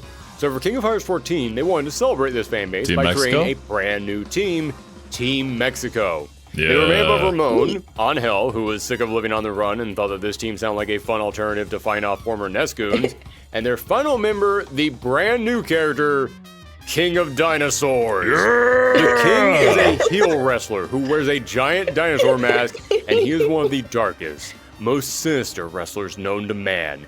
A true monster whose heart is so black that no light can escape, and a complete mystery. No one knows what malicious, sinister mind could possibly be behind that mask and all the evil that it represents. Yo, Uniform, 久しぶり。よ、このような奴は知らん。私は恐竜、キングオブダイナソー。うわ、そうだった。悪い悪い。それじゃ、無敵で行くぞ。ほら！ Except for Terry Bogard, who doesn't know how to keep his big mouth shut. Yes, King of Dinosaurs is actually T-Zok, the stoic, heroic wrestler of justice, who after being beaten by a boxer was so ashamed that he decided to turn to the dark side and became King of Dinosaurs. And I love this. Yes. Because T-Zok was a great He's hero, so good. and he is a horrible villain. How could you I not love like the joke this? that he's trying to be a villain, but he has no idea how to do it. He's always trying to think of what a villain is supposed to do, but just results in him being a big goof. And the fact that he thinks... Wait a minute, isn't this just me? No wonder why I like this guy so Yes. much. Yeah, honestly, yes. no one knows who he is, but everyone knows who he is. It's so good. But who was it that defeated T-Zok and sent him down this new path? Well, to find that answer, we go to another brand new team, Team South America. There's Zarina, a dancer who fights to raise money to save the forest where her pet toucan Coco came from. Then there's Bandeiras, a master of his own brand of Brazilian ninjutsu. When he was a kid, he was given a book on Japan by a tourist, and he became obsessed with it.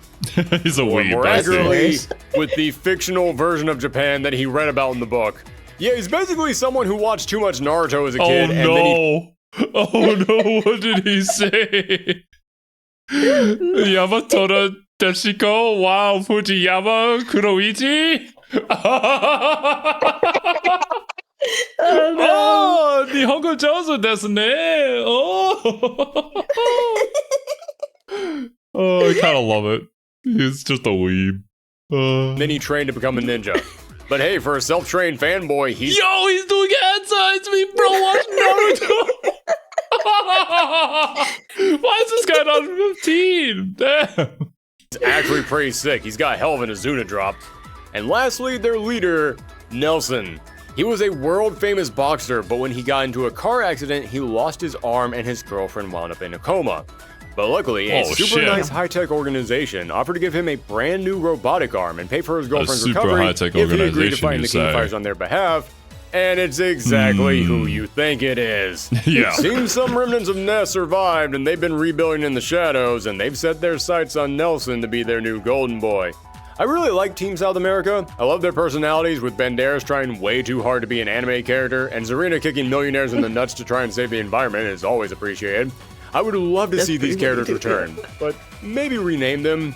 Yeah, this was one critique that the team got that I do agree with. They were called Team South America, but Nelson and Bandeiras are from Brazil, and Zarina is from Colombia, but then she ended up moving to Brazil. So that isn't really Team South America, it's more of just Team Brazil. Team Brazil. It would be like if you made a Team Europe, but all three members came from France. But still, love the characters, just change the name. Now, time for a big returning face. Next up is Team Southtown, featuring Billy Kane, the brand new character Hein, and Geese Howard. Yes, Geese Howard was now back for the first time in a canonical King of Fighters since 1996. Think about that. Yeah, that's crazy. Geese Howard is one of the biggest villains in fighting game history, and he's been a constant presence in multiple KOF storylines, but this was only his second playable canonical appearance Insane. in a game.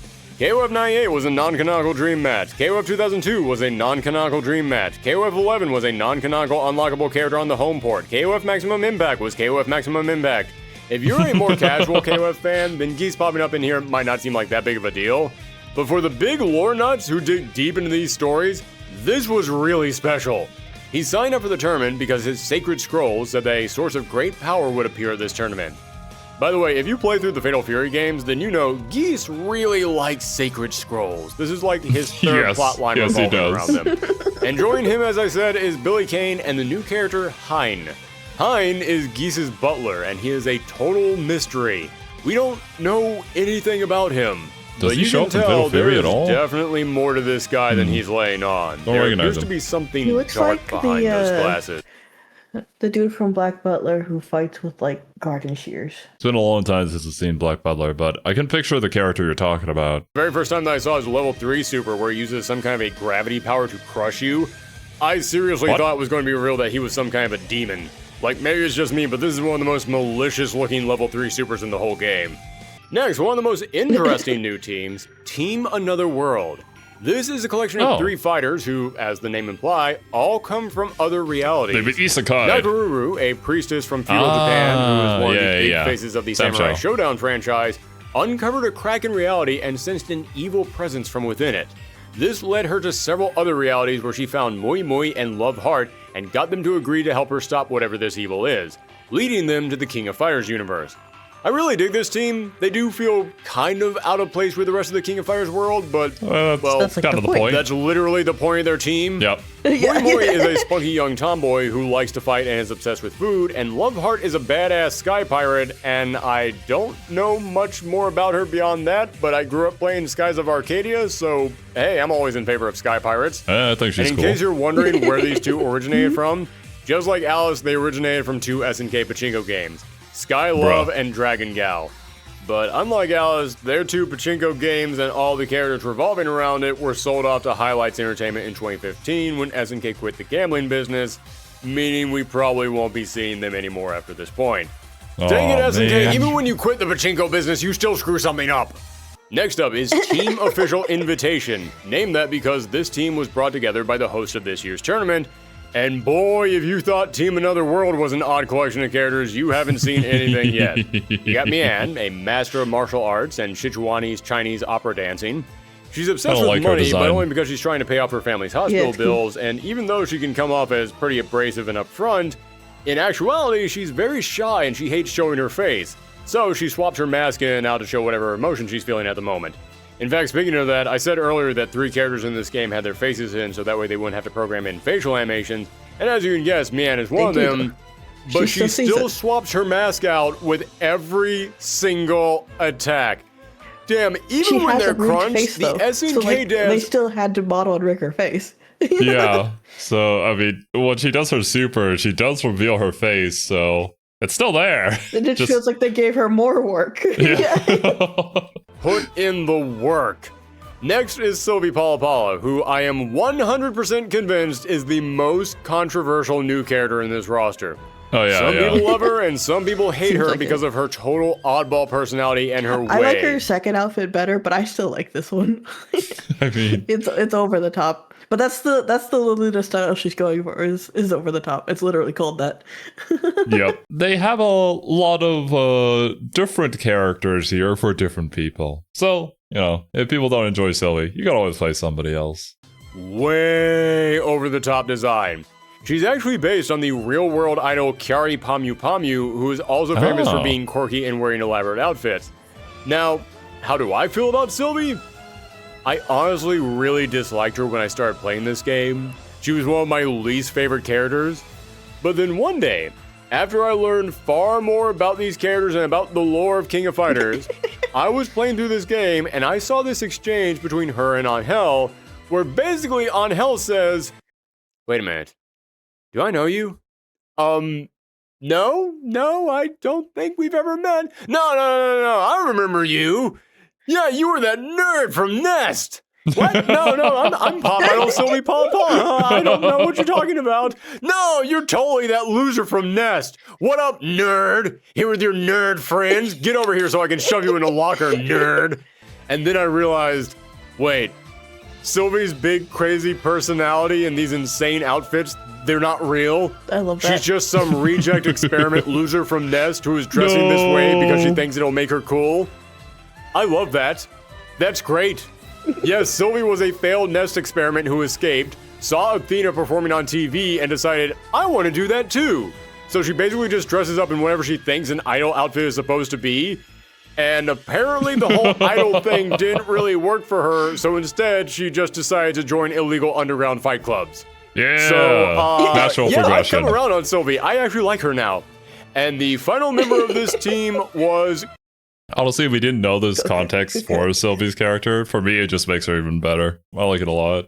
Yeah, same. And now, retroactively, a lot of the things that she said during the interview that we read during our character designer video, yeah, that makes a lot more sense now. I don't remember, so I'll take your word for it. It has been a long time since we did that, so there. A shadowy mystery man who can control sand and is basically the most edgelord of edgelords. Yeah. He's like if Reddit comments came to life and were given a human shape. He insults everyone around him. That like comes out of his jacket, which confuses me. It's just a brain. I remember us being confused about it when we saw it initially during the looking at his just splash art. Like, what is that? Good, it still confuses me. Yeah. Has an absolutely filthy mouth and an even filthier mind, as he is actually the final boss in the fighting game SNK Heroines Tag Team Frenzy, where he kidnapped several female SNK characters and Terry Bogard for some reason, and used some kind of dream magic that he apparently now has to put them into skimpy outfits and make them fight each other for no reason other than that he is a big perv. I wouldn't bring this up if I didn't have to, but apparently that game is actually canon in the KOF universe, so it is kind of necessary to bring it up when talking about him. Also, he has some kind of a connection to the big mystery villain of the whole game, but after what I just described really in SNK Heroines, you've all probably stopped listening. That means we only have one team left. No, I think this is peak fiction. Like It's just a little shithead. Yeah. And we did already try out SNK Heroines Tag Team Frenzy. Actually, there's a lot to it. You know, it's a fun party game that you can play with friends if you guys are into that. But yeah, definitely not making it to the main stage of Evo for many reasons. I still thought that it was fun though. And at this point, you're probably wondering, hey, wait, isn't this the start of a new KOF storyline? So that means there's a new hero. So who is it? Well, to find that answer, we turn to Team China. Kind of. This team is made up of Terry Bogard and Geese Howard's old master, Tung Fu Ru, making his very first canonical appearance in the games. And he is joined by his two new students, Matenkun, who is really sleepy. And that's kind of it. But hey, that's relatable, and he uses sleepiness as a drunken boxing style of fighting, which is actually a cool idea. And then there's Tung's other student, Shune. And Shune was the new hero of this saga. Kind of. Yes, one of the reasons that SNK kept making new heroes for King of Fighters was because they knew that they would have multiple games to dedicate to them. But King of Fighters creative director Isuke Ogura would later admit that when they were making King of Fighters 14, they didn't know for sure if they wanted Shune to be the new hero. And I have to assume it's because at this point in time, they didn't know if there was going to be a King of Fighters 15. Yeah, I mean, this was a huge gamble. Yeah, SNK still really did not want to get back into making video games. If this game flopped, then that was it. So Shune is on the box art, and his powers do tie into the big villain of the game in some mysterious way. He's not featured on the box art, though. That's about it. So far, he doesn't really have much more importance beyond that, and the story doesn't. Than I do in the next one. Is that really wrong? Why? Yeah. Is there a reason? I don't know. Huh. I don't particularly like his design still, but maybe because it's all desaturated more in this one. It hurts my eyes less. I don't know. I see. Even really seemed to center around him. Also, I should point out that a lot of people have theorized that Shune was made the new hero of the saga because SNK was bought by a Chinese company, so they told SNK to make the new hero a character from China, but that's not true. Remember, King of Fighters 14 began development a whole year before Lato Millennium bought them up, so they had nothing to do with the creation of this character, they had nothing to do with him being the new hero of the saga, this was all just a big coincidence. Now, I'm sort of torn on Shune, and from what I can tell, so are a lot of KOF fans. He has some pretty cool powers, being able to create giant JoJo stand hands, and I dig his backstory. He lost control of his powers when he was a kid, and he was adopted by Tung Fu Ru and spent several years trained to make sure he never loses control again. I also dig the whole brotherly relationship between him and Matenkun, and he's also got a pretty good personality. He grew up living far away from civilization, so he's got borderline agoraphobia. In the manga, you even see him get a panic attack from the audience in the stands, all talking and looking at him and judging him all at once. But he still wants to learn about the outside world and rejoin it. And he actually finds that he can get over his emotional issues by pushing himself to fight harder and meeting these other strong fighters. That's pretty cool. That's actually a unique personality for a fighting game protagonist.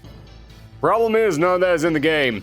Yeah, you get all that in the KOF 14 manga. In the KOF 14 game, pretty much all of his interactions just make him feel like an edgy, angry teenager who just has this whatever attitude about everything. I hated this kid when I played the game. But, as I said, when I ended up reading the manga, I thought he wasn't bad. I thought it was alright. Although there is the elephant in the room. His outfit. Yikes, this is one of the busiest character designs I've ever seen. Originally, like the other new characters in the game, Shune was designed by Isuke Ogura, and apparently he looked far more like your stereotypical fighting game protagonist. But then they brought together some younger artists and told them to make Shune look cool and attractive to female audiences. And yeah, after hearing that, this design made a lot of sense, because it just screams multiple people had a say in this, and they all had different ideas. Shune has 7 points of interest: green hair, headphones, tie, jacket over the shoulders, giant bead chain, wrap bandage gloves, and the one pants leg rolled up.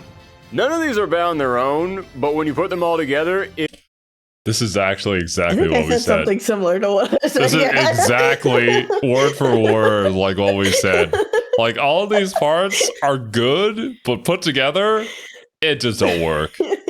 Now, to clarify, I have seen the comments, I read them, I heard you guys. A lot of people want to explain that, yeah, Shune's design was based off of, like, Chinese attire at the time for, like, a specific subculture that they had going on, and the artist that worked on his design actually interviewed people in order to get the correct things down for Shune's design, and all these elements are a part of that. But yeah, it's still pretty messy. It's still pretty busy when it comes to a video game character design for a fighting game. It's just a lot. Yeah. I can appreciate that they tried to go for that, but it's just not my thing. Yeah, I think it's a good idea on paper, but the execution is lacking a little bit, unfortunately. I think there's a lot you could do to save it pretty easily. 15 didn't do that. I think 15 just did it again, but I think you could salvage him pretty easily. You just kind of gotta pick something and narrow in on it a little more. I think the point of the whole, like, little subculture of fashion that they went for, though, is that it's a lot, you know, almost sort of in a similar way to over the top Lolita that our other girl is going for, Sylvie is going for. If that's the case, then I wish they did more, honestly.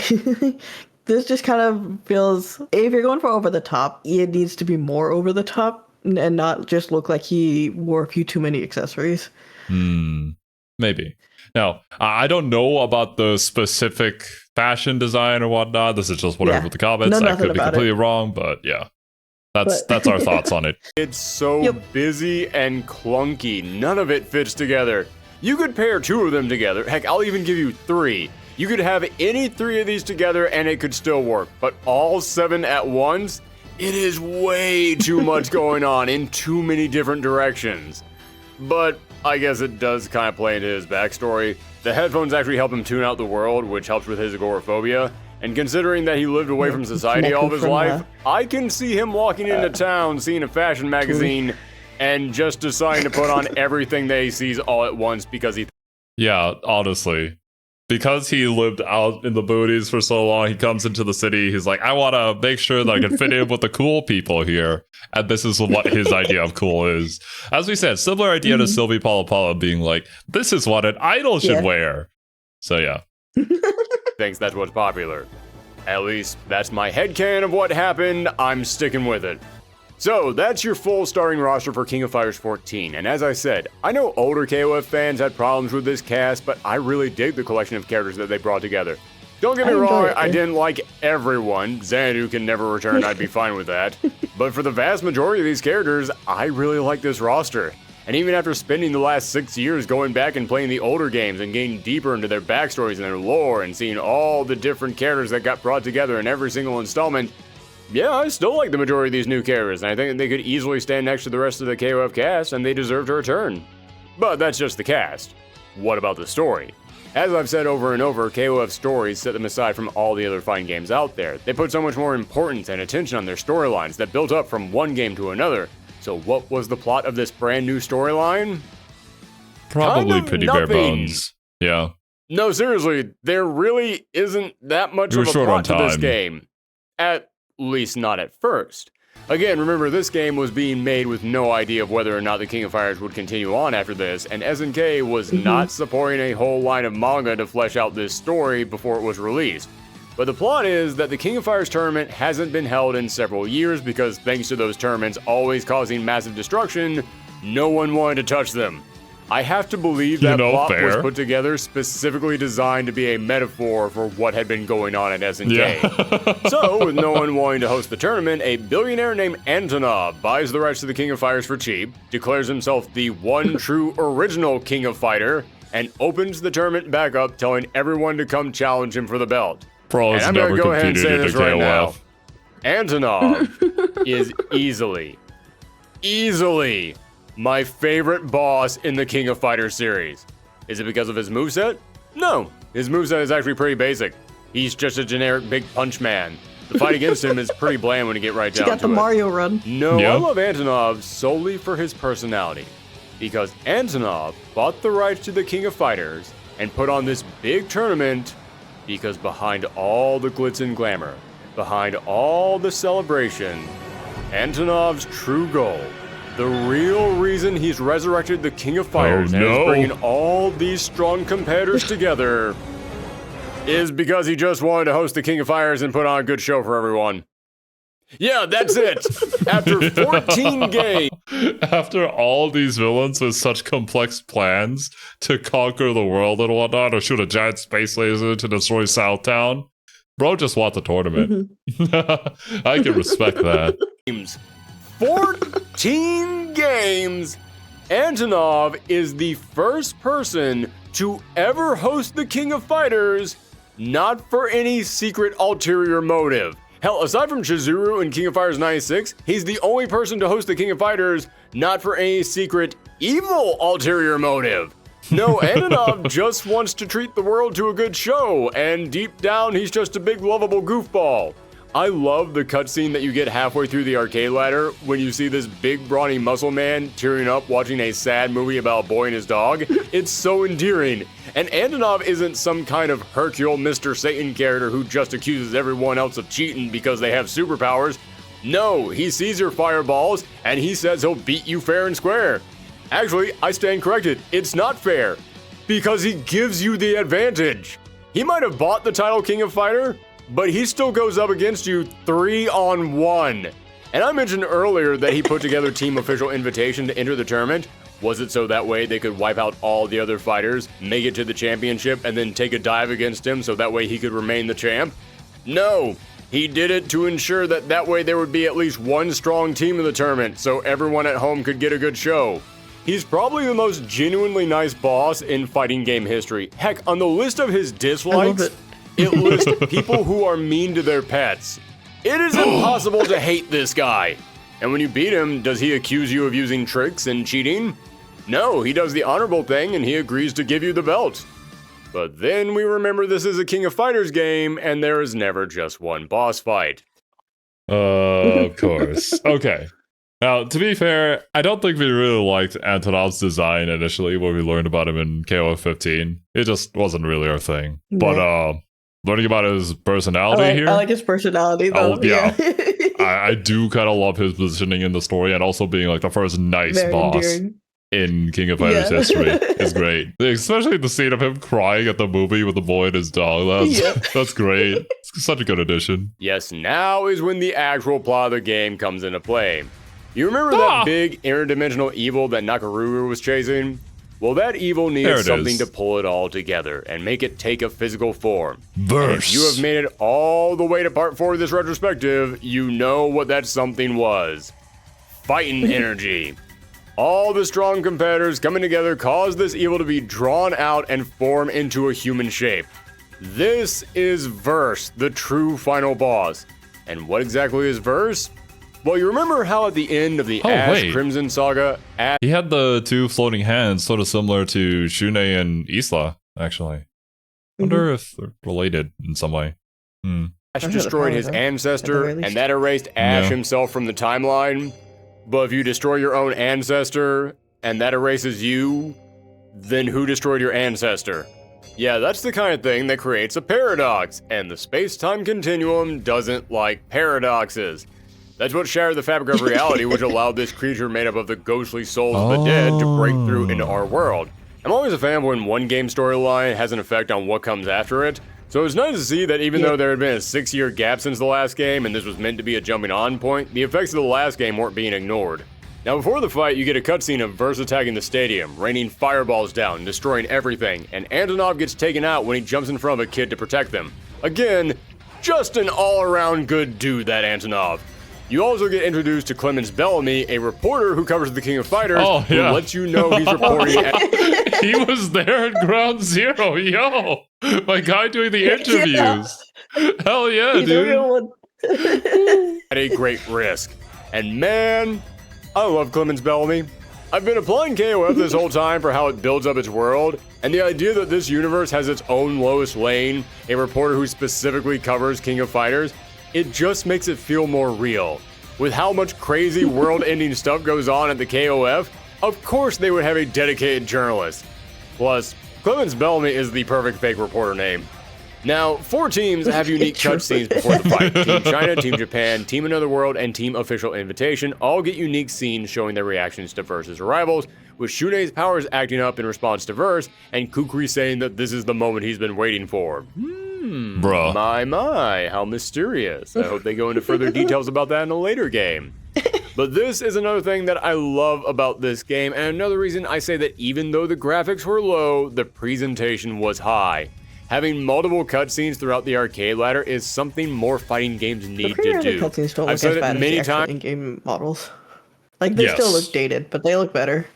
They do, and yeah, I've only really heard talk about this game from the perspective of the models look ugly, the graphics look bad. But from what we learned from here so far, everything else seems to be going really well. Like we did a lot of really good job everywhere else, but we were sort of on crunch time, so. And we also made our own engine, and this was kind of the first time making a game in that engine, so there you go. It's a recipe for disaster. And yet we still made it work. So I might have to give this game a shot someday. I didn't think I was going to, but this seems like a lot of fun. But fighting game story modes are nice, but I don't think you necessarily need them. So many fighting games say, well, we gotta make sure it has a story mode. The story mode is what sells. The story mode is the thing that everyone is coming here for. Is it though? I think that people do care about the stories in fighting games, but I think that for far less money, you could just put some cutscenes in the middle of your arcade ladder and then make a couple of specific cutscenes for every single character that you're playing, and then boom, I think that would still get the job done. Ladder, the story mode. I think having some story still matters. At least for me as a casual fighting game player, I guess, I would not play it if there isn't one, probably. The arcade mode for Guilty Gear Strive is so much less compelling for me because you just go through fights and then every now and then characters talk to each other. There are some really funny pieces of dialogue there, to be fair. Oh my god. No, how could I forget? Arcade Nagoro Yuki is hilarious. I love that man. But, yeah. It's certainly not to the level of this, like, cinematic cutscenes of characters, learning more about them and whatnot. If they had added that, I think I would have seen a lot more value in going through the arcades, or had more motivation to do so. What confused me about Strive, because Strive made the entire, like, story cutscenes. Why not just put that into the arcade? Like, I don't know. I don't know. Maybe that was just a stylistic choice. Because it has moments where it looks like it was meant to, like when you have things set up, you're like, okay, this would be who I would be fighting if this were actually connected to gameplay, and then it just continues, and you're like, oh, there's no gameplay. Yeah, I don't know. So if it was a choice, I think it's a weird one. Like if it had gone for something like this, I think it would have been better. And in many aspects, I like to compare this to strategy games. Like for me personally, I think strategy games need a good narrative to drive them forward, to give me a reason why I'm fighting the fight that I'm fighting. And I think fighting games also should probably take note from that. That, like, I agree. They don't need to be big or crazy. They don't all have to be, blaze blue. Oh, yeah. But it's like having something, just a little bit to break up the fighting here and there, to be like, okay, this is where we're pursuing forward to.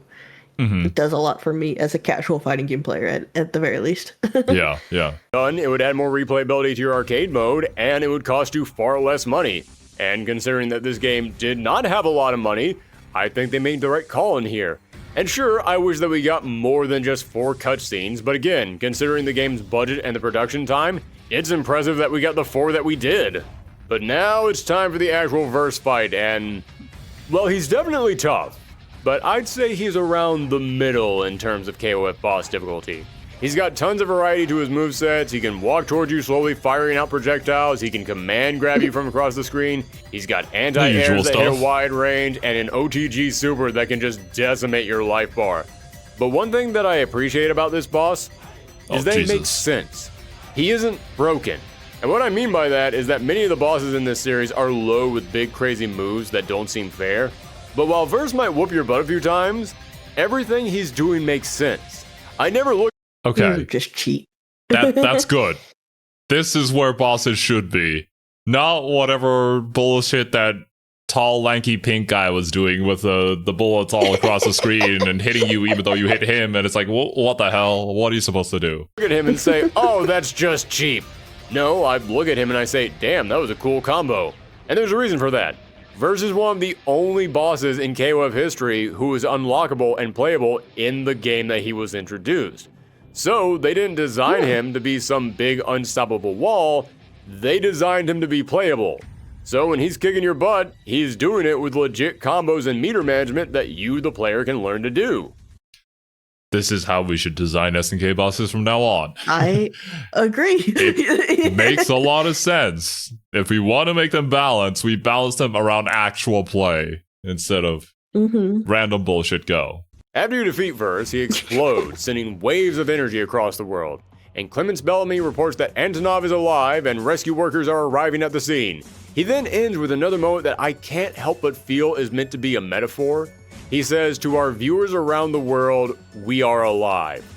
And I can't help but get a little choked up at that line, because I'm sure I'm reading way too much into this, but it feels like that line was put in there specifically about King of Fighters.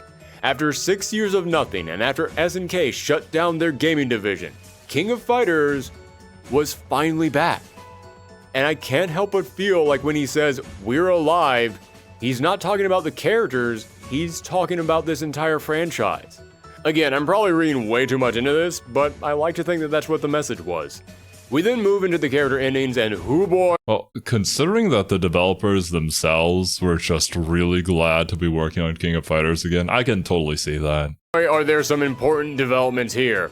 As I said, the actual game itself didn't really have a whole lot of story, but the moment Verse showed up, he brought the plot with him. Because you remember how I said Verse was made up of ghostly souls of the dead? Yeah, I wasn't exaggerating.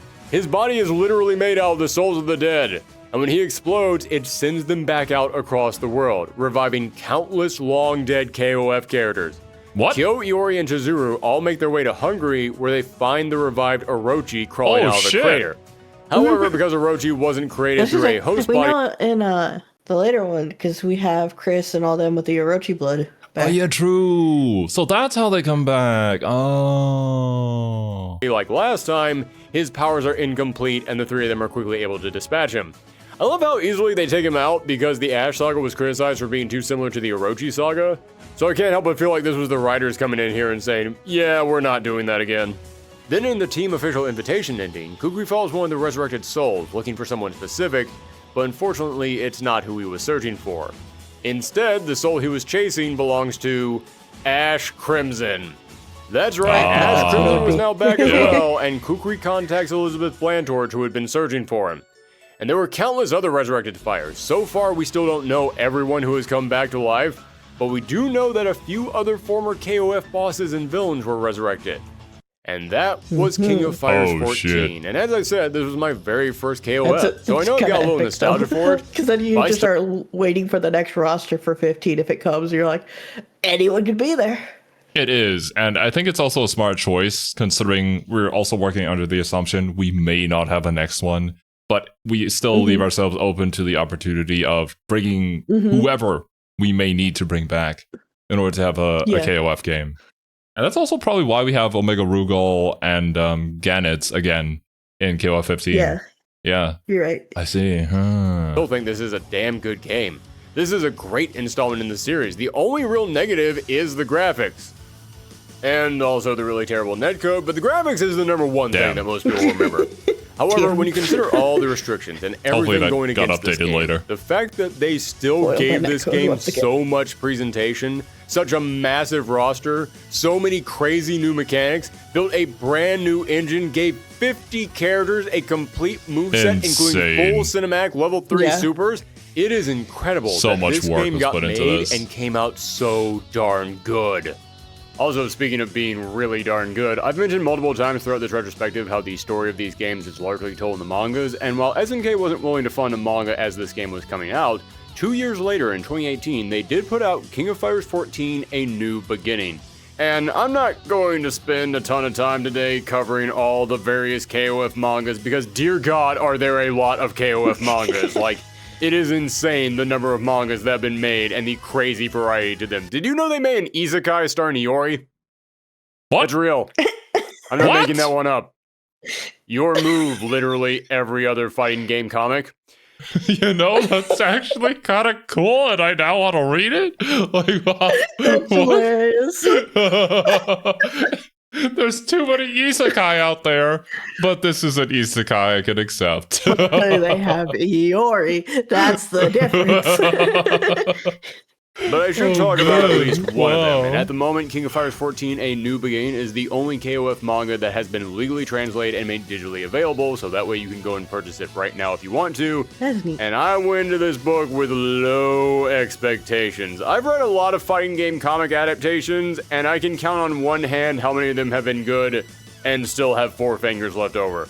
But Damn. much to my surprise, holy cow, this manga is actually really darn good. Hell Like, yeah. I am genuinely stunned You'll by love the to level hear of it. quality in it. The action is incredible. These fights are gorgeously executed. The artwork is full Honestly, of I'm so much tempted to read life this. and This looks energy, cool. Same. especially the exaggerated facial expressions. There are some strong character Yeah, I like moments the art with style of solid this. growth for long-standing fighters and wonderful This art interactions looks between characters. familiar, actually. I wonder if I've read something else by this artist. I was gonna say the same thing, but my memory isn't good enough to specifically pick out the artist. And it see all if I can leads find it up on to an Book Updates. in-game level fight with all the I KOF can't. fighters going up against the souls of all the dead villains. Admittedly, the plot is nowhere near what it was in the games, though. Instead, it revolves around Geese Howard. What else did they work on? Sacred Seven, Sakura Brigade, Tenkaichi something, and then King of Fighters. I don't know any of it, so You know the same I here? don't know. Guess it's just but it's cool art style. I like nostalgic it. art style, yeah. We're gaining ultimate power and Ness returning, but who cares if the story is different? It easily stands on its own as a good read. If you have been even remotely interested by anything that I have talked about here, you need to check this book out. Now, the support for King of Fighters 14 didn't stop with the initial release. It got a PC port and 8 DLC characters. Hydern, Blue Mary, Vanessa, Whip, Yamazaki, Oswald, bringing some Ash Saga love into this game, and then Rock Howard made his first appearance into an actual mainline King A of main Fighters line, game. not a maximum impact. Although there are still people out there who say that this doesn't count because since he was a DLC character and the DLC characters was a didn't part have of the any actual- story behind them, then Yeah. this is a non-canonical appearance, but whatever, Rock finally got to be in a new game. Although that is something worth bringing up, none of these characters have any story behind them, and despite the fact that some of these characters are very important kind of to other unfortunate. characters in the roster, they don't have any interactions with them. Well, there might Oh, be yeah. a reason for that. The first DLC characters came out a year after the game was released, and the second DLC pack came out another year after that. And in fighting game times, waiting a year for your first DLC is an eternity. Not good. That's a Most lot. fighting Yeah. games put out DLC for their game within the first 3 months. Waiting 1 to 2 years just screams, we didn't plan on DLC when we were making this game. We did not know if it was No, going to yeah. survive, and we didn't have the budget to make extra characters. And it's a shame that they couldn't That give is these fair. characters any kind of story or endings within the game because the final DLC character was a brand new character, which means that if you didn't read up about them on the SNK Oh. website, you Nash. don't know anything about them in this game. Nudged is a college student from Saudi Yeah. Arabia who can summon out shadowy dragons and at night goes out in disguise and fights crime, using her know shadow from powers to find 15. evildoers and punish them. Yeah. She's basically a Ghost Rider style paranormal superhero. That's How does it all connect somehow? Somehow, the things that we do and cover, they just connect to each other. We literally just got done recording our reaction to Ghost Rider lore. What is this? Just happy little coincidences. Yeah. pretty cool. And her design was actually submitted by fans and chosen Honestly, in a with how contest. Ghost Rider lore is, she could be a Ghost Rider without much difficulty. Honestly, yes. That could be her spirit of vengeance, whatever that means. Pretty neat. But all of these characters and all this DLC wouldn't matter if the game didn't sell. Remember, this was the big gamble. How much did it sell? This was the game that would decide not only if King of Fighters would come back, but if SNK would return to the world of video games. To say a lot was riding on this game is an understatement. Well, Everything was. Sales figures on the game are hard to figure out because we've now hit the point in time where most games are bought digitally, and digital game sales can't be tracked as easily. I have seen so many contradicting reports on what this game sold, so I'm going to have to do some guesswork here. We do know that in its first year, KOF 14 sold around 125,000 physical copies.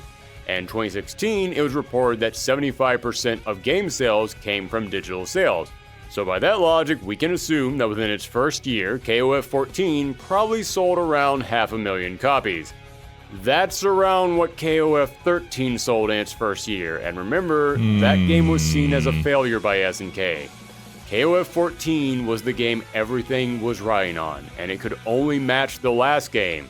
The game that led to SNK's collapse. Thorgi, I don't want any more of this roller coaster. We all know what SNK was going to say about that.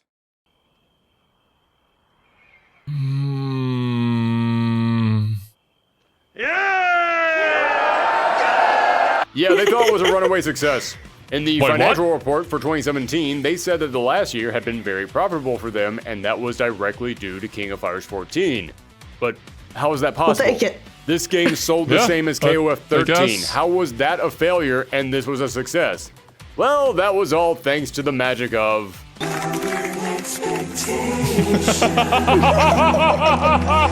Yeah, wild how if you don't spend 4 years and a fortune on sprite work to make your game, and then you spend the last 6 years losing money on a failed gambling enterprise, suddenly 500,000 copies doesn't sound too bad. And since that first year, the physical sales of the game have more than doubled, so it's safe to say that the digital copies have done the same, making it the highest selling King of Fighters ever. Isn't that something? Isn't it wild that if you don't immediately abandon a game and instead support with continuous attention and content, and the sales of it will continue to grow? At least Weird how that works. And so it had happened. King of Fighters 14 was a success, and SNK was back. Over the next few years, they would put out multiple new fighting games, including the return of Samurai Showdown. And gotta of course, play that. King of Fighters 15. Alright, guys. Although I think that's probably where we're gonna call it here for now. Man. Hi, yeah. Wow. Serbi's out of gas. It's been a long recording session, and it's 4 in the morning for me, so I think we should definitely call it here. I mean, we started this one with a punch to the gut, so I was winded by the start right when we began. Fair enough, yeah. I'm really glad, though, that 14 turned out a lot better than I expected it would. Yeah, 100%. But KO... SNK has to go bankrupt again. I know that happened. I know it. God damn it. So what happened? Wait. Or maybe not? I don't know. I don't know anymore. I just wanted to hope and pray it all is good and we just keep getting more good SNK and no more pachinko. That is all I desire. Yes. Me too. I just imagine the folly. I don't think this is the case because I've heard people talk about 15, but it's like we go through this, 14 is success, they've abandoned the pachinko, 15 comes in and it's a gotcha with loot boxes. Oh, imagine. Yeah. Well, we still have an opportunity for that with KOF 16. You never know. You never know. No, don't put that out there. But anyways, my dudes, thank you guys so much for joining us. Hope you guys enjoyed your time here. Hope you have a wonderful rest of your day. And Survey and I will catch you guys in the next one. Later, dudes. Bye-bye.